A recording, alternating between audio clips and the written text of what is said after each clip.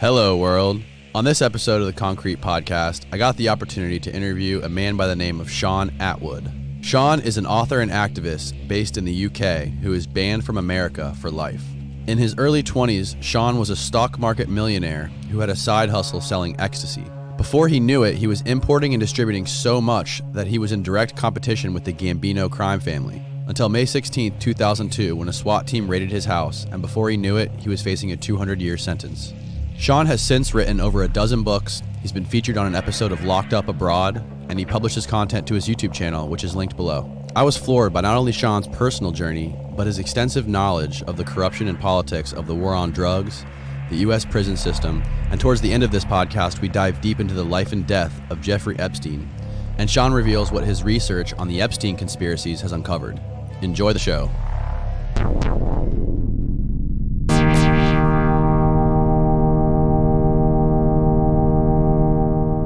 All right, are you ready? Yeah. Cool. And you're in Florida, right? Yes, I'm in Florida. I'm in Tampa area, Florida, like kind of the West Coast. When's the last time you were in the United States?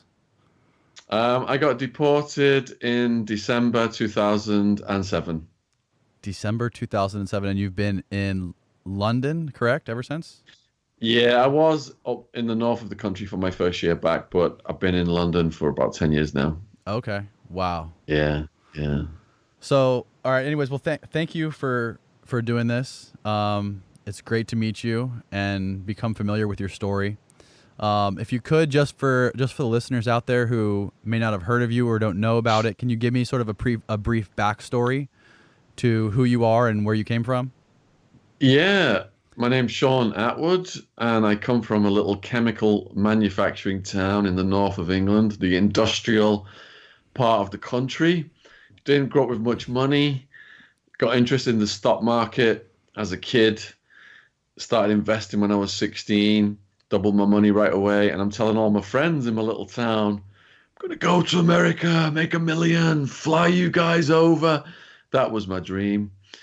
And that's what I did. Did a business studies degree at uni. Started out in the stock market, Wolf of Wall Street style. I was grossing $500,000 a year commission in the stock market. I'm thinking, right, I'm in my 20s. Do I want to be gumming in the office at 6 a.m. and, cold calling all day long? Or should I just start to make money from the party scene? And the UK rave scene had such a big impression on me when I was at uni.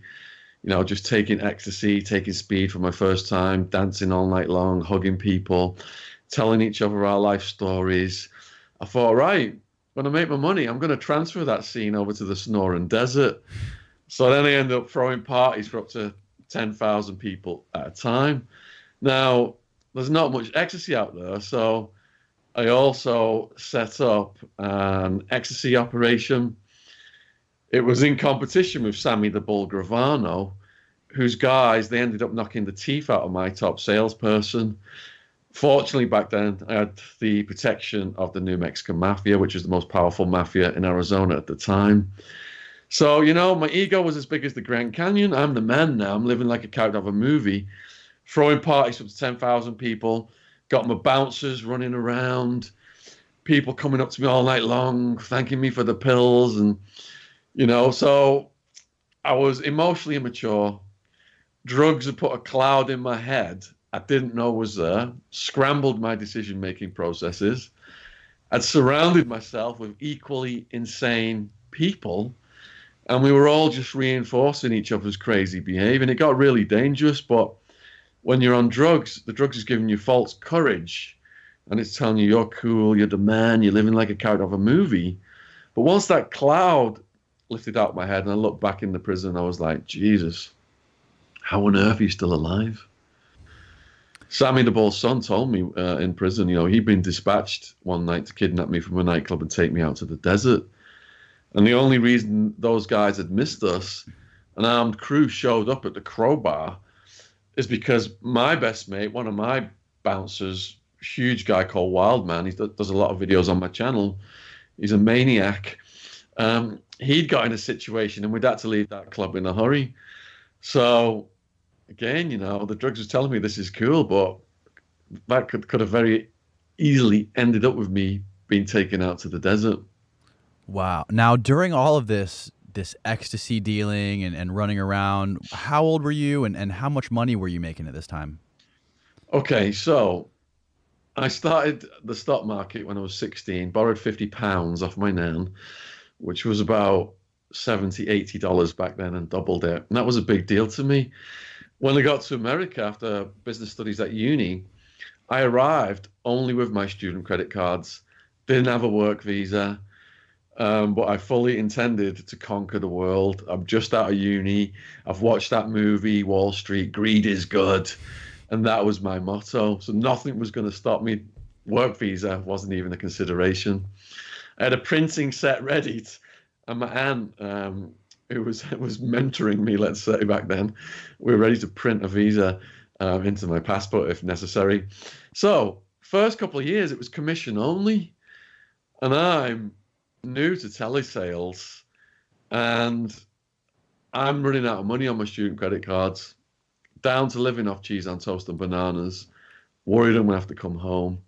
But 5 years in, I'm the top guy in the office, grossing $500,000 a year, got my own secretary, cold callers. But I end up with enough money to retire, and that's what I did. And I stuck that into technology shares, and they shot up during the dot-com bubble, and that's how I became a millionaire. So the sad thing is, I didn't even need to be getting involved in the drugs, but it was all ego-driven. I've written about Escobar, and his brother said to him when he was worth billions, why don't we just buy our own island, kick back? We won't get arrested, we won't get killed by rivals. And Escobar's like, I'm running this multi-billion-dollar business. I decide who the president of Colombia is. I've got tens of thousands of people working for me, and you want me to kick back on some island, in a deck chair, sipping a cocktail. What my point being is, addiction to the lifestyle is more powerful than addiction to the drugs and addiction to the fast cash. I was a shy, anxious student in this country before I went out there. I almost got beat to death by some drunks. And it was years later in therapy, I learned to go deep inside myself and address some of the root causes of what I'd done. And I was taking ecstasy and speed because I had social anxiety. People saw this wild and crazy party animal, but once I got off the drugs, I was this reserved person again. So you asked about money, but it was more fueled by the mental addiction to being the man, living in $1 million house on the side of a mountain, swimming pool, jacuzzi. My wife, she'd done her university stuff, but she was also doing lesbian internet porn. When you're a testosterone guy in your 20s, this is what you aspire to. But I see the error of my ways now, and I mostly go into schools and speak to kids and dissuade them from doing the crazy stuff I did. Wow. So you were already making millions of dollars before you even entered this drug world. Yes, I bought shares in one company, a stock. It was called Pacific Satellite Nusantara, an Indonesian telecom company. And I bought them around $5 a share in the late 1990s. And during the peak of the dot-com bubble, that one alone hit 50. And I had multiple positions like that in satellite and tech and telecoms. Wow.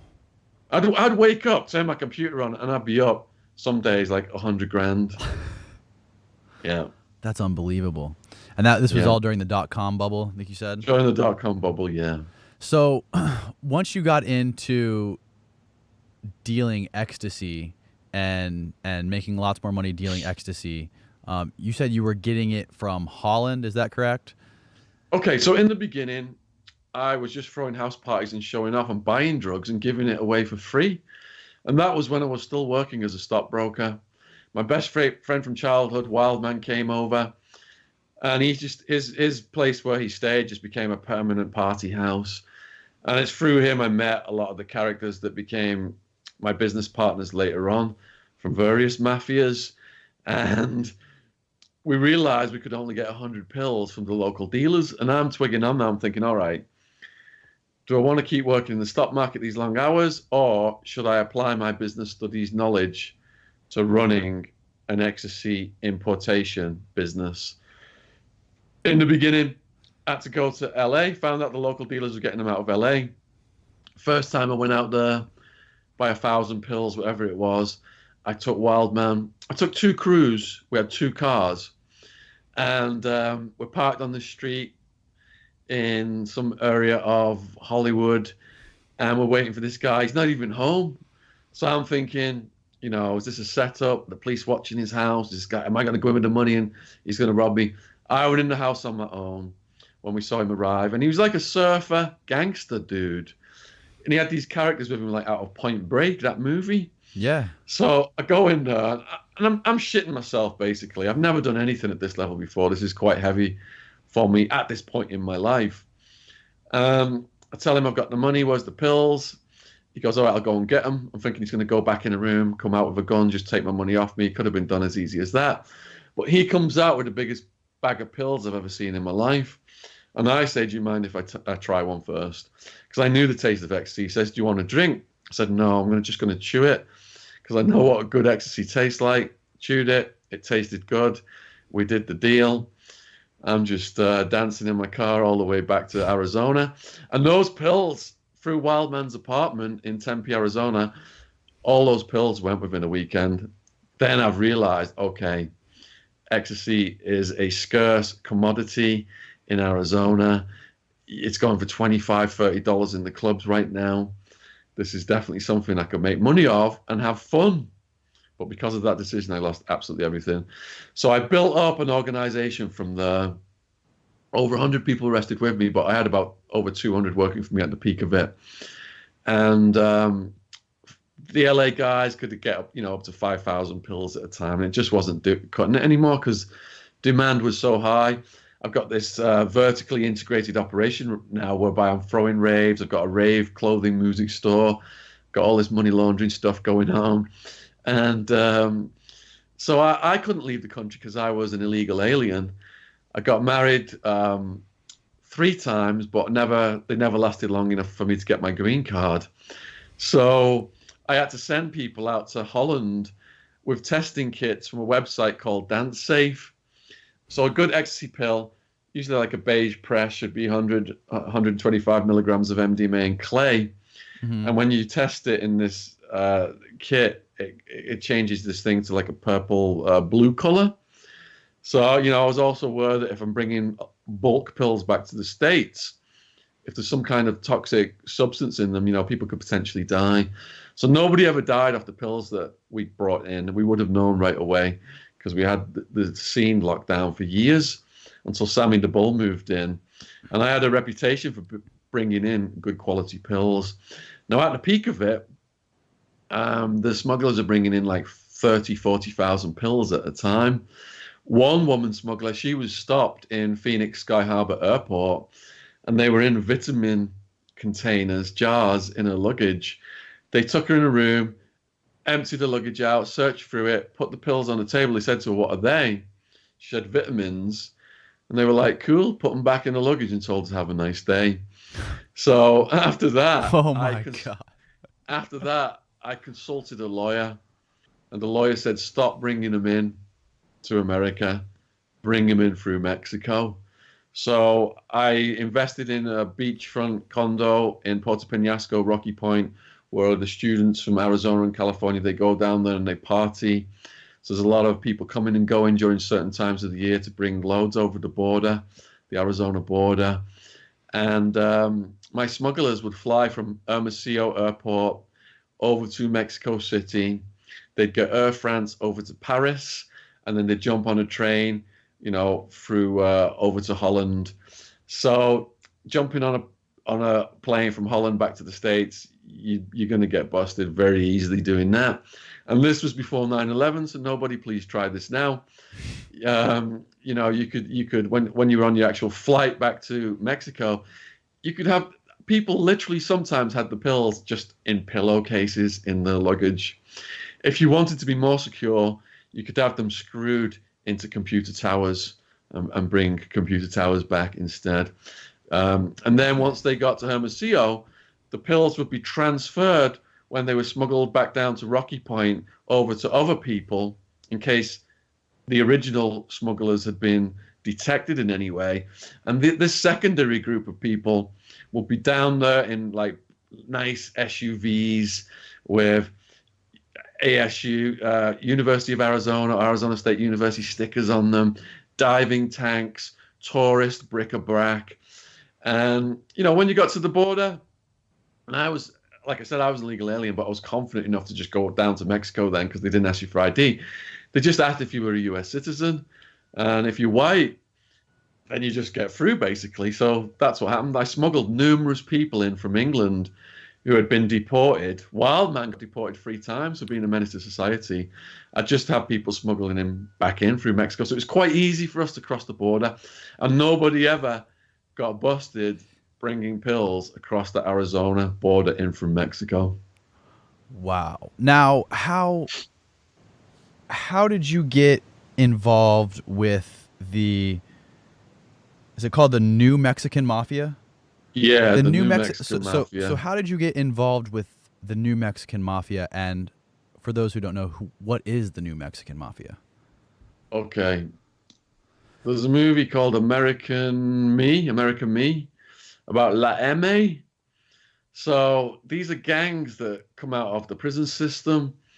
And, you've heard of the Aryan Brotherhood, how that came out of the California prison system. Right. A lot of these gangs originate in the California prison system, and it spreads throughout the country. Okay. So, there's a California, La M.A., and then they branched out, and there was Arizona, La M.A. And these are Chicanos, Mexican Americans, not like the original Mexican Mafia, like the cartels out of Mexico. And some people do confuse that. Okay. Now, I mentioned that Wildman was opening the door to a lot of relationships with gangsters because he's just so loud, and wherever he goes, he attracts this eclectic group of people. In these apartments, he's got like transvestite Native Americans in one corner, Russian mafia over here, Chicano gang members over here, gangbangers over here, street prostitutes.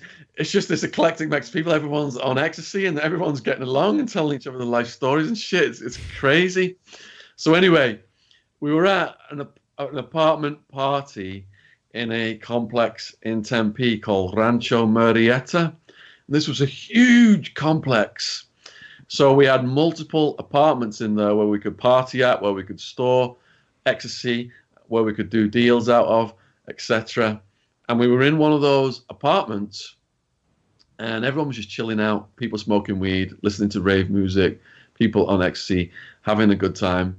I'm there to supply the ecstasy, and this Mexican-American guy comes in, and he's supplying the weed and the coke. And because we're the suppliers, we hit it off and we start talking. So a policeman walks in, a Tempe policeman, and he goes, I could smell weed from outside, nobody move. And the guy I'm speaking to just pulls out a gun, points it at the cop, goes, the only one who's not leaving is you, motherfucker. Everybody run. So we all run off into the night. Now, I've never seen anything this heavy before, so I'm crapping myself.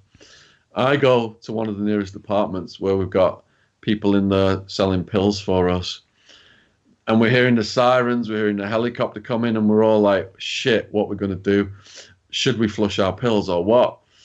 We're going to get busted.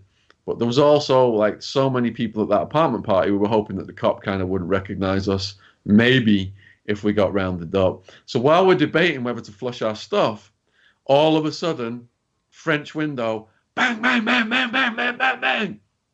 Is it the cops or what? We're like, oh shit. So we look through the window and it's the Mexican-American guy. And he's like, let me in, let me in.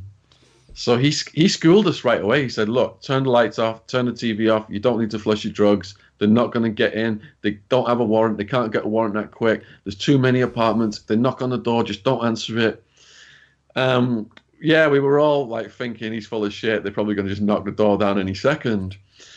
But it did pass. It did pass. They came and knocked, and they went on and knocked next door, and they went on their way. So we have a tense situation in this place. We're laying low. And at the end of the night, he says, look, because you and your friends protected me, me and my brothers have got your back. And I had no idea what that meant. So a few months later, he says, one of my brothers wants to meet you. I go over to the street. There's all these lowrider showcase cars on the road. Goes to the door. His brother answers the door. He's got no hair, and he's just looking at me, scrunching his face.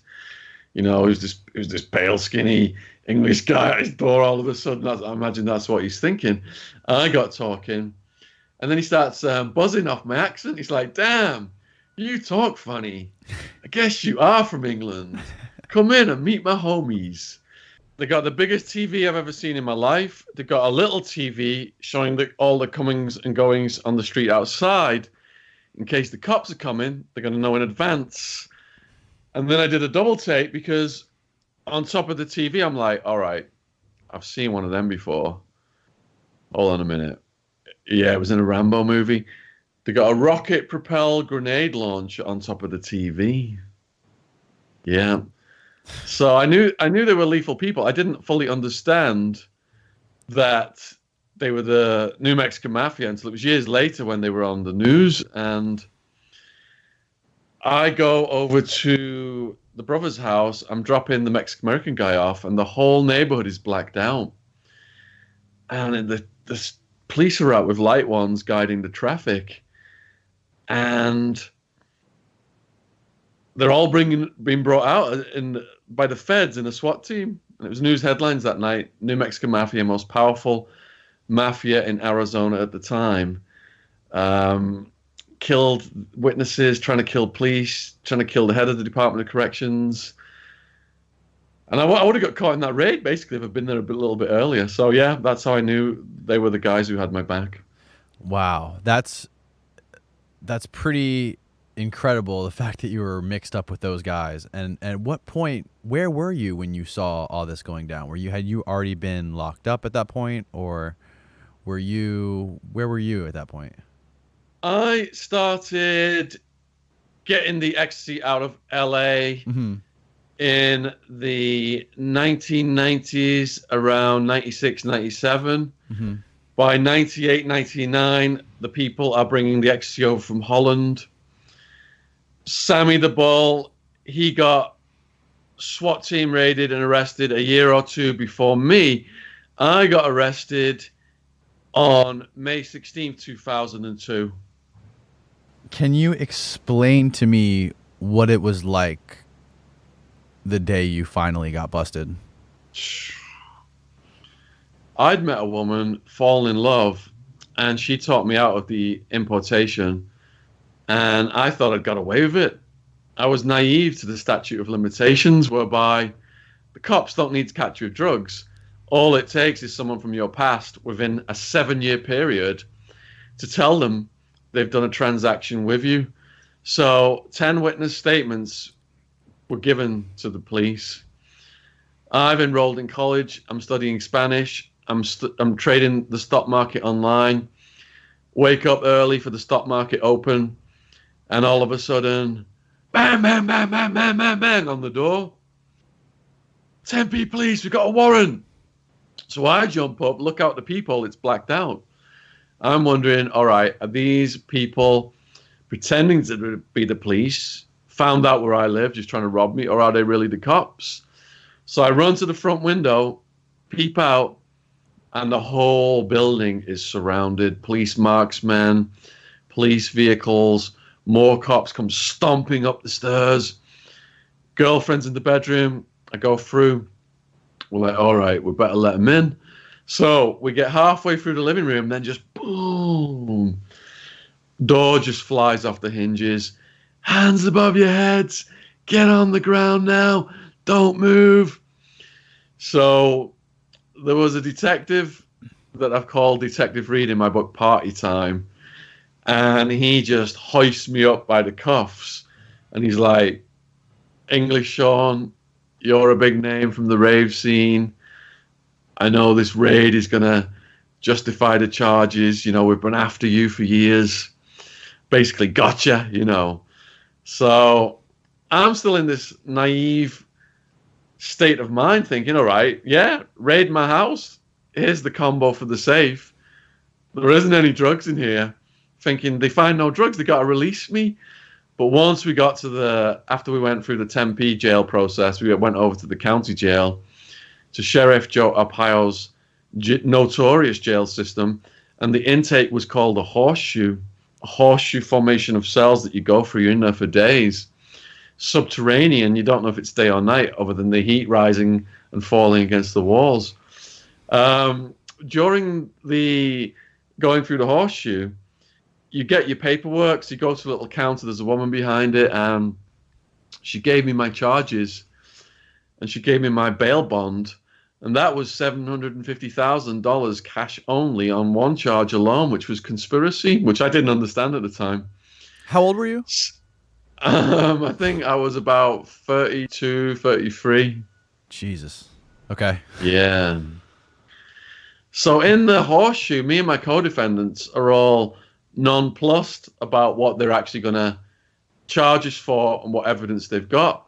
You see a judge and you plead your case, and he was having none of it with us. And then at the end of the horseshoe, you get your classification, and they send you to a cell in a county jail. So most of the co-defendants were assigned to minimum security. And in the beginning, me and Wildman were assigned to medium security. So there's quite a few ended up in medium security. But I was housed separately from them because of the nature of the case. They didn't want me being around my co-defendants, influencing them and stuff like that. So by the time I get to Towers Jail, I know nobody in there. And the Aryan Brotherhood skinhead guys are just running wild. And they come up to me right away, and they're like, hey, we want a word with you. Get in that cell over there. You can't say no to these guys, or they're just going to smash your head into the wall. So I go in the cell. They close the door behind me. Biggest one gets in my face. What are your charges? What are your charges? Charges are on a printout from the jail. It's all legal terminology. Like I said, I'm new to this game, and I don't understand what it means. So I give the crappiest answer in the world. I don't know what my charges mean. They did not like that one bit. Now they got me against the wall like, what do you mean you don't know what your charges mean? Are you a chomo? Are you a chomo? I don't even know what chomo is. Right. So in the end, because National Geographic did a documentary about my story on Locked Up Abroad, Raving Arizona. But what they didn't show was, in the end, in that scene, I pulled out my charge sheet. They want to see your paperwork. They saw us in for drugs. That's acceptable. Nearly everyone is in prison is drug related. They saw my bail bond was $750,000 cash only. They loved that. Whoa. They were like, God damn, who'd you kill? You guys the mafia or what? And I'm like, no, just raves, ecstasy, blah, blah, blah. You know, you shouldn't really talk about your case when you go into jail. I give that out on prison survival advice videos now, but I had no clue on day one. And I was fearing for my life that these guys were going to attack me. At what point was the roaches? When was the roaches and the sweaty and the skin like falling off, like because it was so soggy? All right, I spent an extremely long time fighting my case. I got the lawyer that the New Mexican Mafia guys recommended to me. Mm-hmm. And because I wasn't cooperating, because I wouldn't sign a plea bargain, the prosecutor pulled out every dirty trick in the book, including criminalizing my girlfriend so she couldn't visit me. So as it's going along, I'm also in court. When we go to court, all my co-defendants, I get to meet them. So me and Wildman, you know, we're like, all right, we've got a united front now. My lawyer is the lead lawyer. Nobody needs to cooperate. Don't sign this thing called Exhibit A. They were giving everyone saying you work for Shaun Attwood in the Attwood Enterprise. And it was just really pissing the prosecutor off because in Sammy the Bull's case, I think 57 people were arrested with him and they all cooperated quite quickly. Now, I'd built like a tight crime family kind of thing, not a mafia crime family, a rave crime family. We're talking cuddle puddles and Vicks inhalers, not Joe Pesci style, killing people in the boots of cars like that. Right. But we were all a very tight knit family of misfits that had come together in this community. So only 4 people cooperated in my entire case, which was phenomenal. Wow. So the prosecutor was frantic. My lawyer saying they've got a flimsy case. They missed the boat. They don't have any drug evidence against you. It's just the testimony of these people. Uncle speaks on my behalf. He's ex-cop. Thinking, wow, this is going great. Prosecutor, she sabotages the hearing. The judge doubles my bond to $1.5 million cash only. Now, when your bond goes over $1 million, you're automatically reclassified from medium security over to maximum security, which was mostly murderers. And I ended up in a cellmate with a crystal meth chemist. So, go over to max, 2 a.m. I've been in like prison transportation all day, sitting in holding cells and whatnot, pretty tired. And I get to the cell in the Madison Street Jail, walk in, and it's a 2-man cell, and I see my cellmate asleep on the top bunk at the back. I'm thinking, that's a bit weird. Wonder why he's not on the bottom bunk, because where I come from, people fight over the bottom bunk. So I was thinking something's not quite right. Walk in a little bit more. Something drops off the ceiling and bounces off my shoulder. I'm like, what was that? And I'm looking around at the walls and the ceiling. And I can see this strange movement, like a swirl effect. I think my eyes are playing tricks. I'm tripping. So I put my face right up to the wall to see what was going on.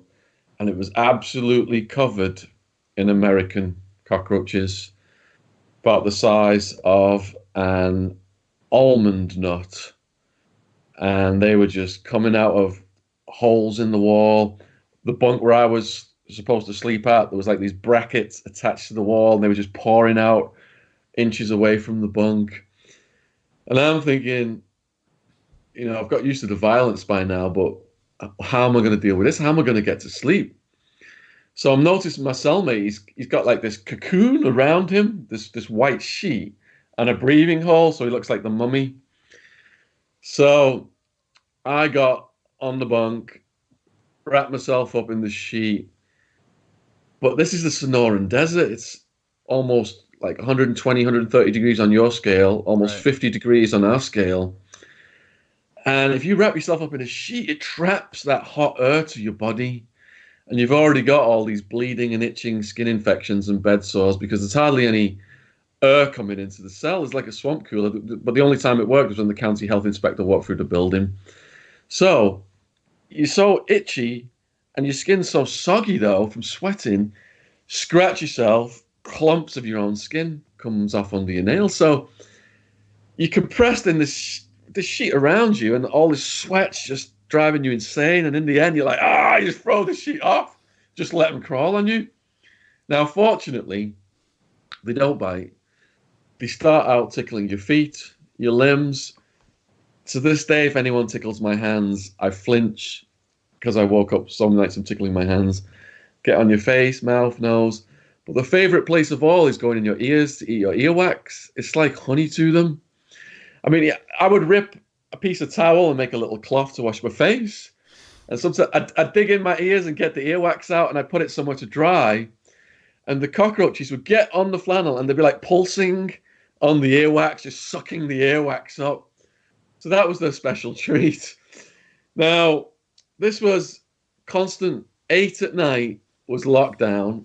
All the prisoners go back to the cells. Guards lock the doors. You shut in there. 10, lights out.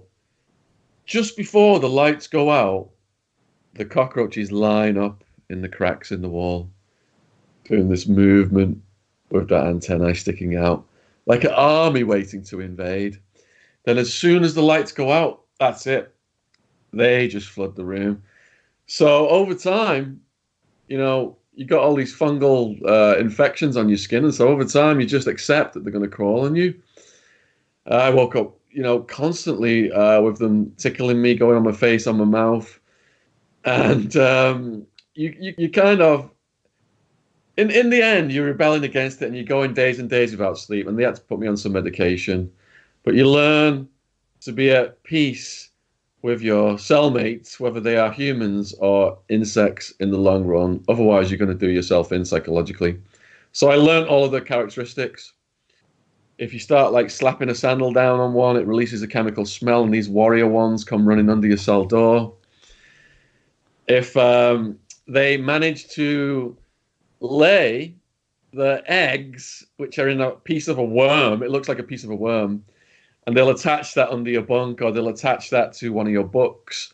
If you don't notice it, and that thing bursts open and all those little ones come out, they're all over the place as well then. Some prisoners were doing cockroach races, gambling on the winner. If you try and drown them, they just pretend that they're drowned. They get into this position, but they're actually holding oxygen to themselves. They're just crafty little bastards. I saw white ones, look like albino ones. But yeah, I mean, I'd just watch them in the end and just laugh at them. And I would cement all the cracks in the walls. I remember one time I cemented my whole cell and I was so proud of myself. The smell smelled minty fresh. They had this, Sheriff Joe Arpaio gave us this toothpaste called Amerifresh. And years later, I think he was buying it from China or something. Years later, it was learned there was like antifreeze in it and all this kind of shit. Oh my God. Yeah. So that night that I sealed the whole cell up and I was at peace, the guards come, roll up, Attwood, we're moving you to another cell. And I didn't have any toothpaste left. And that cell was just even worse with the cockroaches from the cell that I'd left. I tried to meditate at night in my black and white striped pants. I tuck them into my pink shorts, sit on some books, get in the position, and I've got my trousers tucked into my socks so that they can't, start crawling up my legs. I'm just a few inches away from the wall, and they're all over the wall behind me. But when you're trying to sleep on that bunk, the bunk is like inches away from the wall. So they're just there right in front of your face all night long. So I was in that maximum security facility for another year after my first year. Spent my whole second year, a year and 2 months in the maximum security Madison Street jail, which was, completely cockroach infested. So I had to learn to harmonize with the insects. And this was in Arizona still? Oh yeah, all my time was done in Arizona. Yeah, it was a state offense. The feds dropped it. Now you talk a lot about a guy named Two Tonys. Yeah. Is that where you met him? No, I met him in the prison system. Okay. So jail is where you're on remand, which means in America that you're unsentenced. So it's very transitory environment. All the new arrestees are coming in and out. People have been beat up by the cops in gunfights. People are high. People are drunk. And it's just bedlam. And they've got these cells that are supposed to hold one person, but they go up to 4 people in each cell. So all the buildings are like 3 to 4 times the amount of people that should be in them. So it's just mayhem. And then, like I said in the previous videos, the Aryan Brotherhood prison gang decides who lives and dies in the white race. All the gangs just running the drugs through the jail. That's how they make their cash. That guy Two Tonys, how did you end up meeting him, and what kind of effect did he have on your stay or your life afterwards? Okay, so when I had finished my own sentence period and I got sentenced to 9.5 years, because I hadn't cooperated with the prosecutor, she'd done a number of tricks on me throughout my remand, like stopping my girlfriend from visiting me. But a final farewell was she accidentally put my 9.5 year sentence down as 34 years. So I was fast-tracked to Supermax then for about 3 or 4 months, where I wasn't supposed to be until they fixed that. After that, I got sentenced to medium security, hoping that they would be softer than, Supermax and these other places that come from Max in the jail. But I end up in a cell with a serial home invader torturer. This guy was breaking into people's houses, tying them up with duct tape and taking hammers to their kneecaps. And his welcome statement to me, I've got a padlock and a sock, because smash your brains in while you sleep can kill you whenever you want. So he didn't like me from the get-go. He was an old con. He looked at me as a fresh fish. He just was running a tattoo shop, an illegal tattoo shop out the cell and just, doing the heroin all day. And I'm in there, I've got an education, bit of a nerdy guy. So he didn't like that at all. So he got his mate, who was a huge guy, to attack me when my parents had flown 5,000 miles to visit me for Christmas. Prison's like high school mentality with deadly consequences. The two things prisoners look forward to the most are visits and mail. So he knew by spoiling that visit, that would be devastating for me. So I'm on the way to the visit. Big guy, just chicken shit move, sneaks up behind me, bam, bam, starts kidney punching. All the prisoners stop to see my reaction because gang rule is you must hit back or else you're a punk. Everyone's going to prey on you. If you don't hit back, bad consequences with the prisoners. But if you do hit back and the guards see it, then you're arrested, sent to a prison within the prison, locked down, lose all your privileges, including your visits, and they can add more time onto your sentence. If you don't hit back, you become a prison punk. You're going to spend the rest of your time inside, cleaning people's toilets, performing sexual services, and getting rented out as a prison prostitute. So what do you do in that situation? You got to throw the kicks and punches. But this guy was so big and strong, it was like hitting a big bag of cement. It didn't end up well for me. He knocked me down, smashed me up, and I ended up going to the visit all injured. Now, I did manage to get moved out of that cell. And my new cellmate, Long Island, he'd come from a prison where his neighbour had said, if you come into contact with an English guy, English Shaun, he's a good dude, I did business with him on the streets. This is a guy called Gangster Dan from Philadelphia. He had like his thumb missing and shit. So Long Island ends up my cellmate, and the chances of that, there's 60,000 people in the prison system at that point in time. Prisons all over Arizona as they've expanded with the private prisons. So as much as people came out the blue to harm me, people came out the blue to help me. Now, Long Island, he caught wind of the beef I'd had with my previous cellmate. He was still sweating me a bit, throwing batteries at me and shit. And so he decided to introduce me to someone who could protect me. And that was Two Tonys, because he knew that if I clicked up with him, I might, it would help me on the yard. So he didn't tell me that. He said, look, I want you to have a game of chess with my friend Two Tonys. All right, cool. What's he in for? He's a multiple homicide murderer. He's doing 141 years. He left the dead bodies of rivals from Arizona to Alaska. He's old school Italian mafia, never harm women or kids. So if you've only murdered rival gangsters, you're top of the respect in the prison. Now, Two Tonys worked for the Bonanno crime family under Joe Bonanno Sr. Joe Bonanno Sr. was one of the longest running ever heads of the Mafia Council. And yeah, he did eventually get run out of New York and ended up in Tucson, Arizona, but he died of natural causes. So he was quite a shrewd individual. And Two Tonys was taught by Charlie Bat Battaglia, which was a Bonanno lieutenant, how to whack people and dispose of the bodies and not get caught, because Charlie Bat Battaglia had whacked people from coast to coast and he hadn't got caught. Now, before I could stop Long Island going to get Two Tonys, because I'm like shitting it now, thinking, all right, what if I beat him at chess? Maybe he's going to not. Maybe I'll be next on his hit list. But before I could stop him, he just took off. So I'm stood in the day room, crapping myself. But Two Tonys, he's done a lot of time by now, like 20-something years, maybe 30-something years. He comes down the stairs like Uncle Junior out The Sopranos.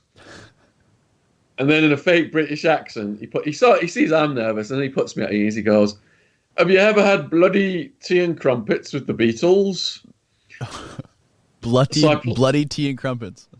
Yeah. So I played chess with him. I beat him quite fast. And at the end of the game, he said, Uh-oh. "How come you beat me so fast?" I said, "Because you kept speaking your mind throughout the game. You wouldn't show someone your hand in a game of cards, would you?" And he slaps his head and he goes, "Oh, me and my big mouth." I didn't know it, but he was testing me. Long Island had told him I was a writer and I had a blog, John's Jail Journal. And Two Tonys was looking for someone to write his life story. Mm. So he said, "Look, Shaun, to stay alive on the road of life, I've had to become a quick judge of character. I like you. I think you're an honest guy. Would you be willing to write my life story?" I said, "Yeah, I would be honored."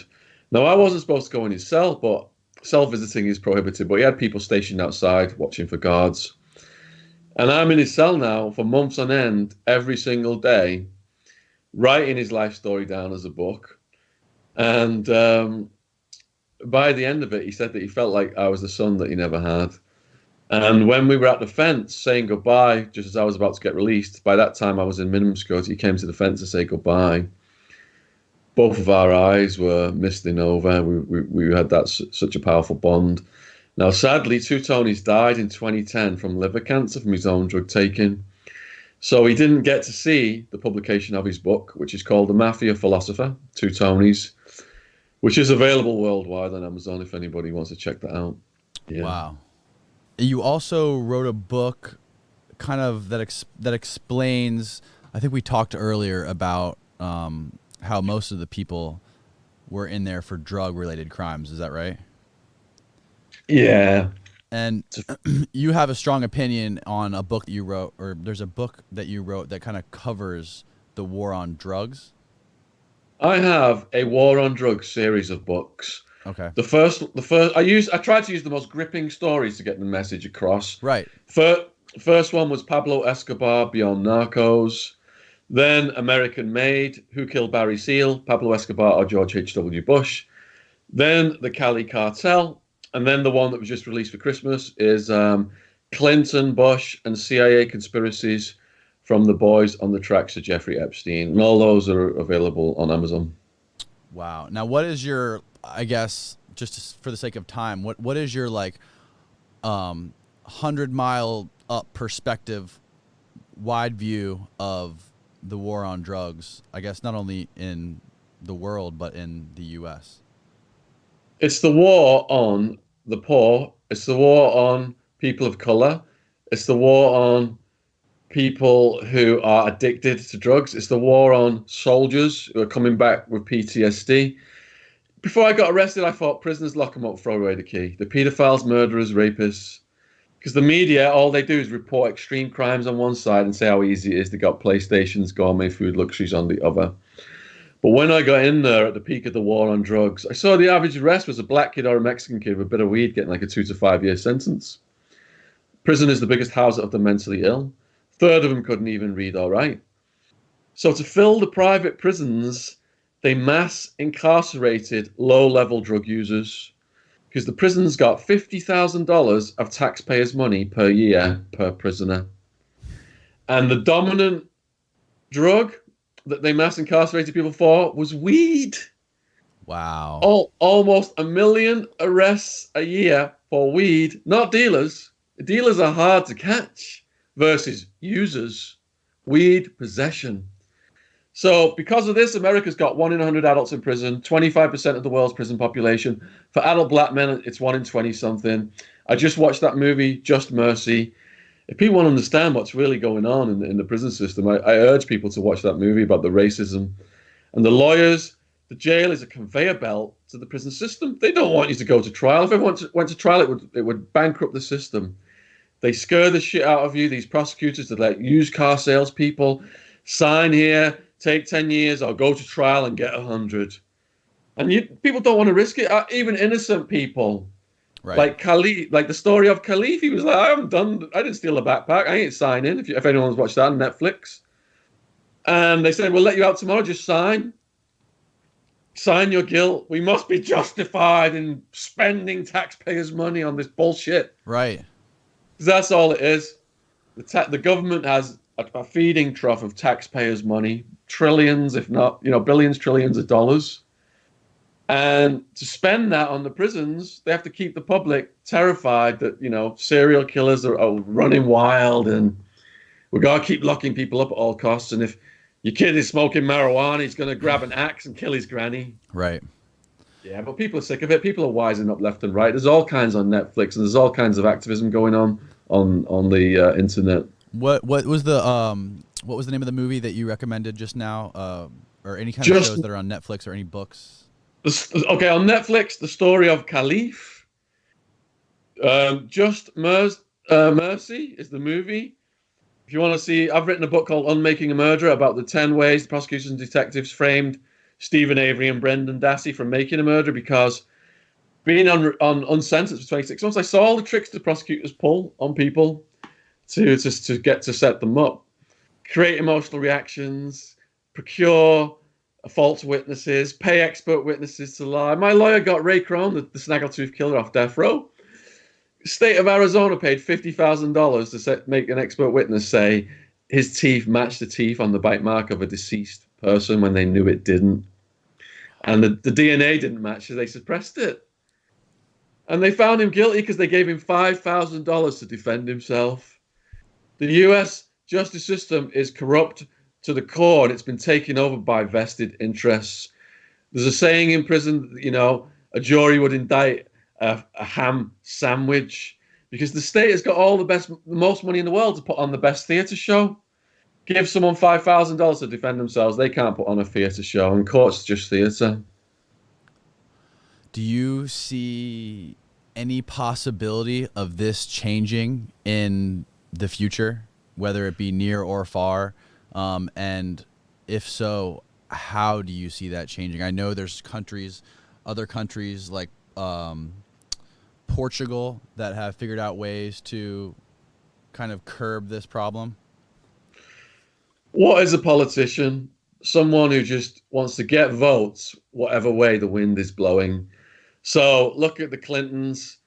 They locked up more non-violent drug offenders, including a record amount of women, for doing the exact same offenses that Bill Clinton was doing. I mean, Bill Clinton, his brother Roger got arrested in a drug deal.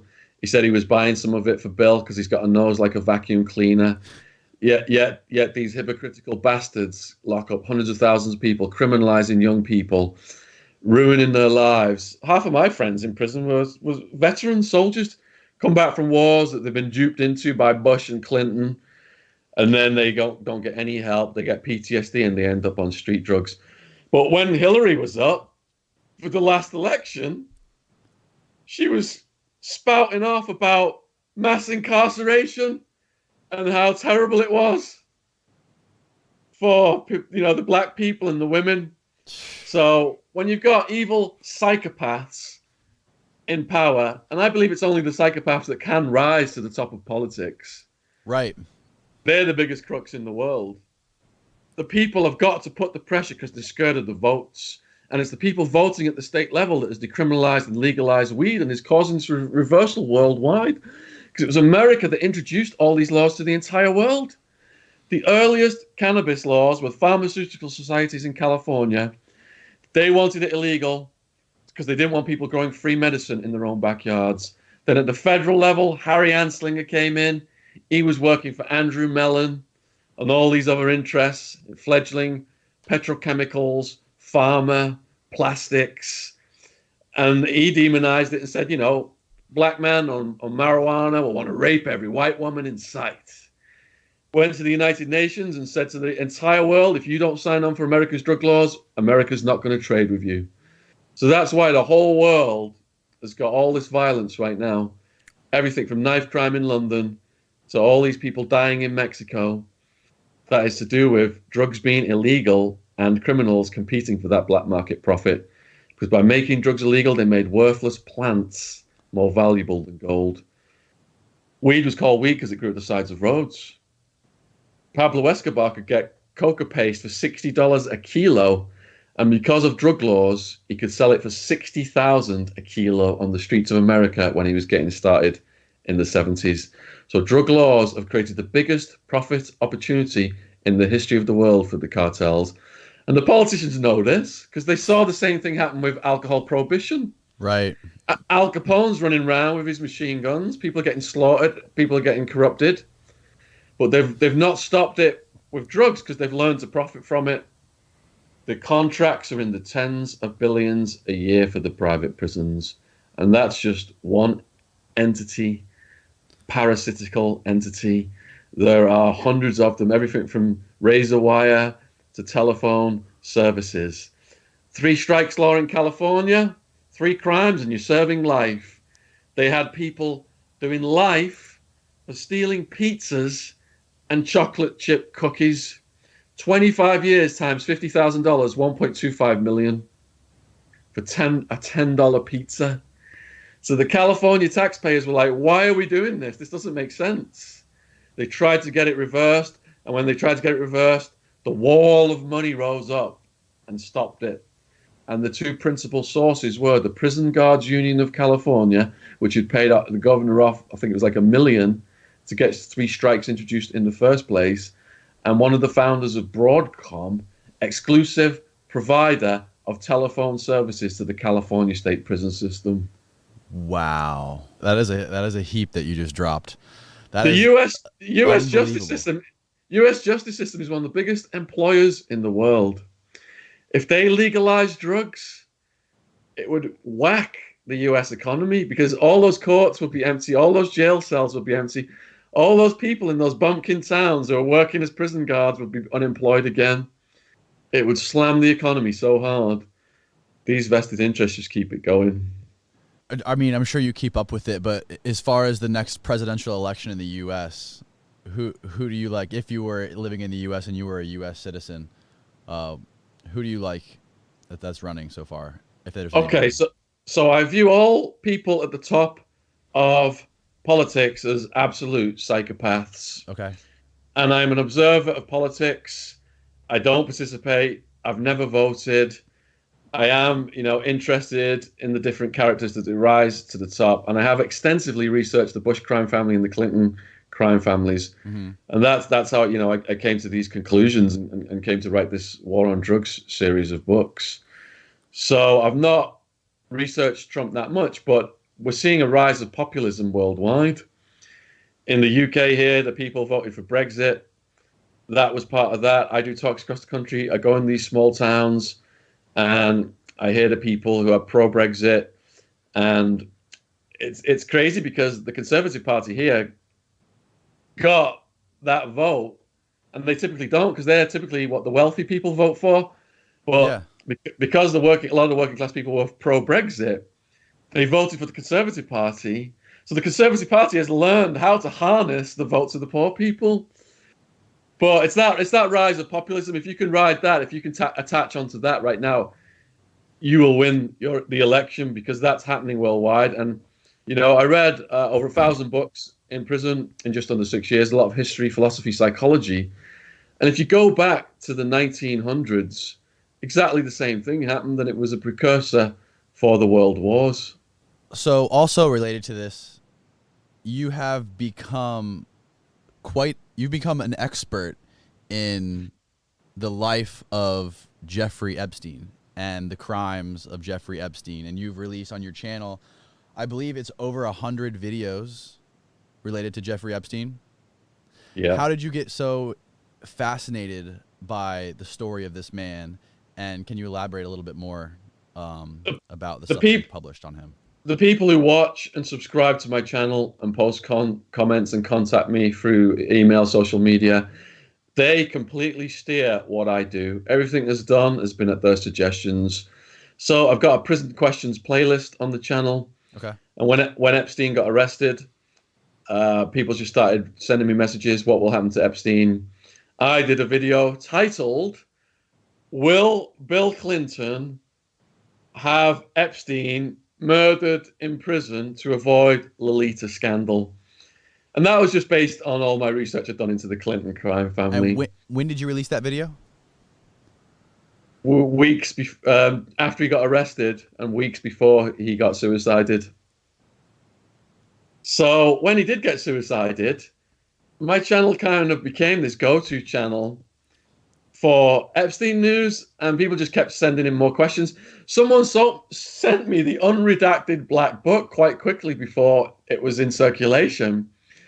So I just got on the phone and just started calling people up, like, you know, trying to call people like Mick Jagger and all these people that were like, so that it all went crazy viral.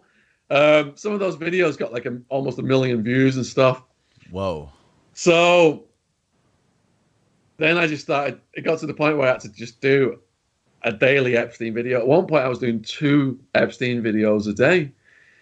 And there's like enough now for about 2 books. I think I'm going to do Who Killed Epstein Part 1 and Part 2. I noticed one of the videos that you published I was looking at. I don't know if it was one of the most recent ones or if it was one of the ones in the beginning, but you were talking about how Epstein was friends with Elon Musk and worked with Tesla somehow in some capacity. Yeah.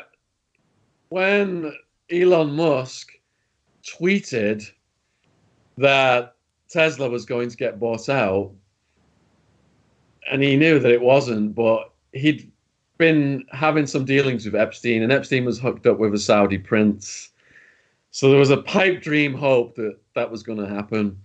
And Musk absolutely should not have done that tweet because it goes against all of the security laws. Right. You can't do that. As a former stockbroker, I had to do all these different exams and get my licenses and stuff to learn all that stuff. So Tesla price shot up, but then it went right back down, and Musk got this huge fine. And he was being advised by Epstein around that time. Yeah. So I guess let's go back a little bit and talk about Epstein for people who aren't necessarily privy on all the details of the case and all, not necessarily that case, but all the details of his history with the sex trafficking and the organizations he was involved with. Could you give me sort of kind of like a description of our backstory of what that is? Yeah, Epstein started to go out with Ghislaine Maxwell, who is the daughter of Robert Maxwell. And it was Robert Maxwell that brought Epstein into the Mossad fold, because Maxwell, he built this multi-billion-dollar criminal enterprise whereby he was, you know, he could sit down with George Bush, he could sit down with Gorbachev, but he was also laundering money for all of the different mafias around the world, the Russian mafia, the cartels, the Colombians, the Japanese Yakuza, and he was feeding information to all the different intelligence agencies. So he'd go to Russia. He had money laundering operations set up through Bulgarian banks, and Russia was in control of that through the KGB. So he'd be sat down with the KGB heads. Then when he came to England, MI5, MI6 will be asking him what's the Russians saying. But his heart and soul was with Israel. That's where his ultimate loyalty was. After himself, of course. He was, you know, this grandiose, bombastic narcissist.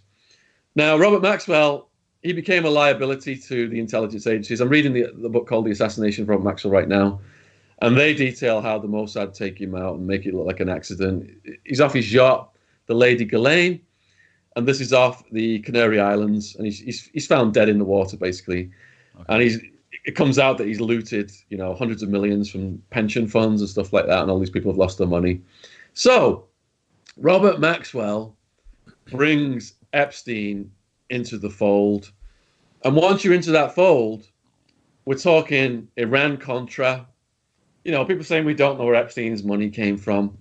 The money from these elites comes from the most profitable businesses in the world, and they're all interlinked. And I learned that because when I wrote about Barry Seal, he was a cocaine transporting pilot for the CIA. And it was drugs come up from South America on these military planes.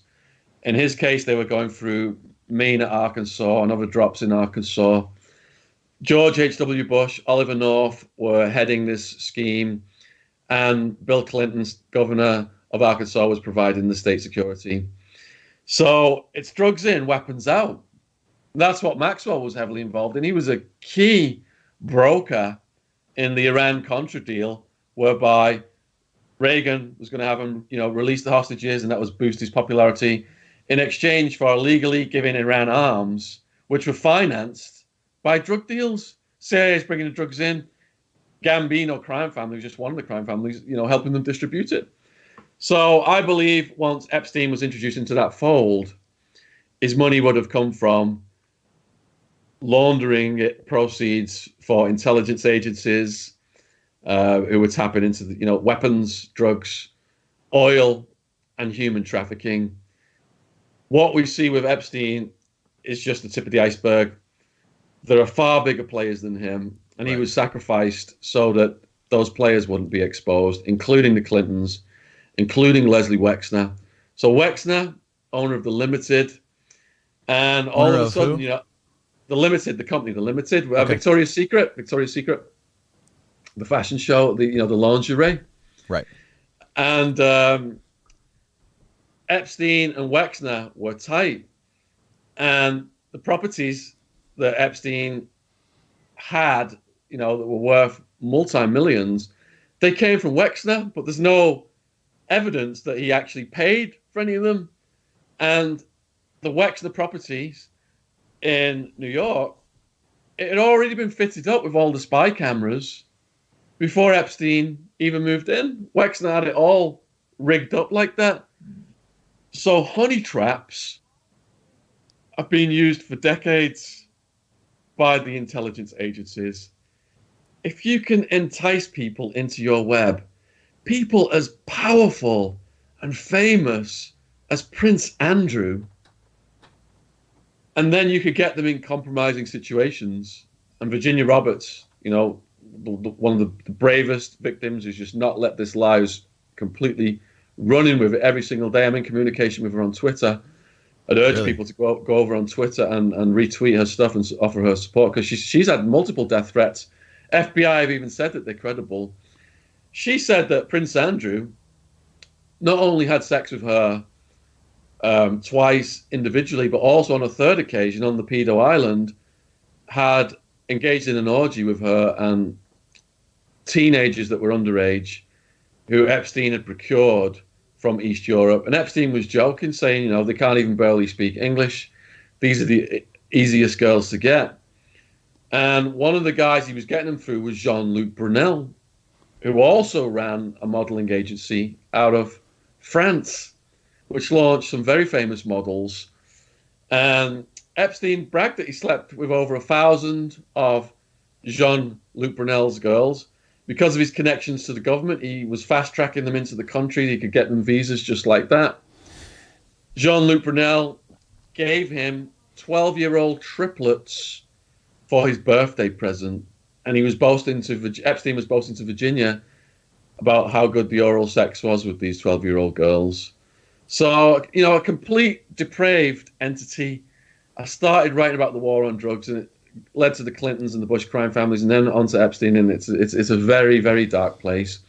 Now, I've got a weekly true crime podcast on my YouTube channel, and one of the most recent guests was Prince Andrew's former Royal Protection Officer. And he was working for Prince Andrew when Ghislaine Maxwell was just waltzing into Buckingham Palace. She didn't have to go through the security protocol, didn't have to put a name in the system properly. And we saw Prince Andrew do that car crash interview on the BBC, and he's talking so polite about a manner unbecoming and a straightforward shooting weekend. But according to Paul Page, the ex-cop, if guests of Andrew's were held up, Andrew would get on the phone, say they didn't have ID, or the cops were trying to do the proper security procedures. Yeah. Andrew just get on the phone, like, let that fucking person through now before I fucking come down there. I'll fucking have you lose your job. Don't you know who I am? So that's the kind of character he really was. But he's not the brightest bulb. Right. Not the brightest crayon in the box.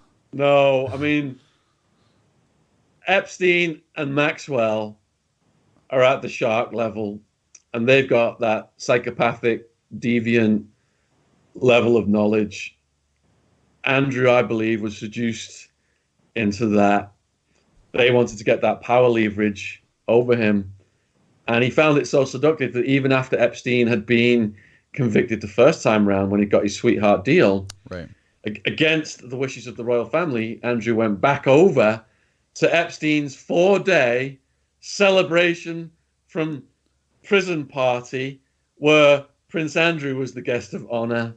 And then Andrew gets on the BBC and says he was flying all that way just to break up his relationship with Epstein. But that BBC interview was just one big lie, the whole thing. Even the FBI have called him out.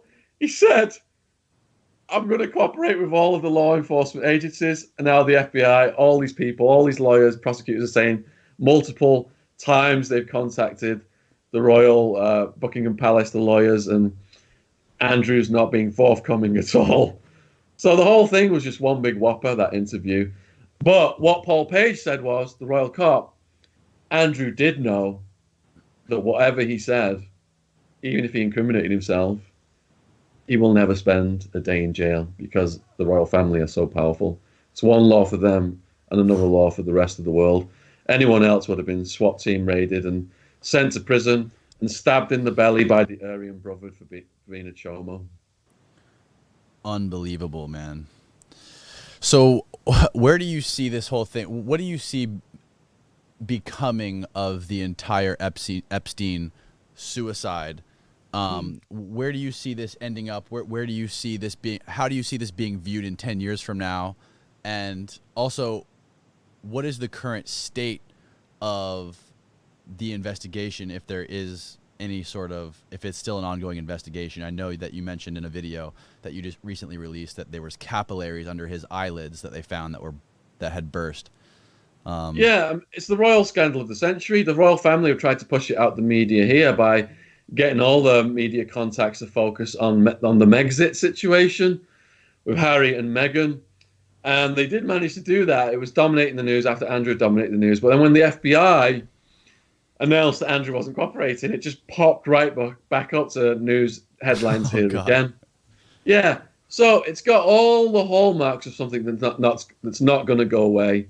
Because if there's a murder and it's solved, the public are satisfied. But look at Kennedy, look at Princess Di. So I think 10, 20 years from now, people will still be talking about Epstein. When in the history of the MCC, the Metropolitan Correctional Center, has on the record been 2 guards ever fall asleep simultaneously since it opened in 1975. It's never, ever happened. The cameras, conveniently, the footage is not available. The only people who have been arrested are the guards. It's a classic. Look at the pressure that was put on his neck to cause the free fractures, the hyoid broken, and like you said, the capillaries in the eyes. Mm-hmm. It's obvious. His cellmate was taken out. They put him in with Nicholas Tartaglione, a cop turned gangster who murdered 4 people in a nightclub they were enticed to do a drug deal and buried him in the garden.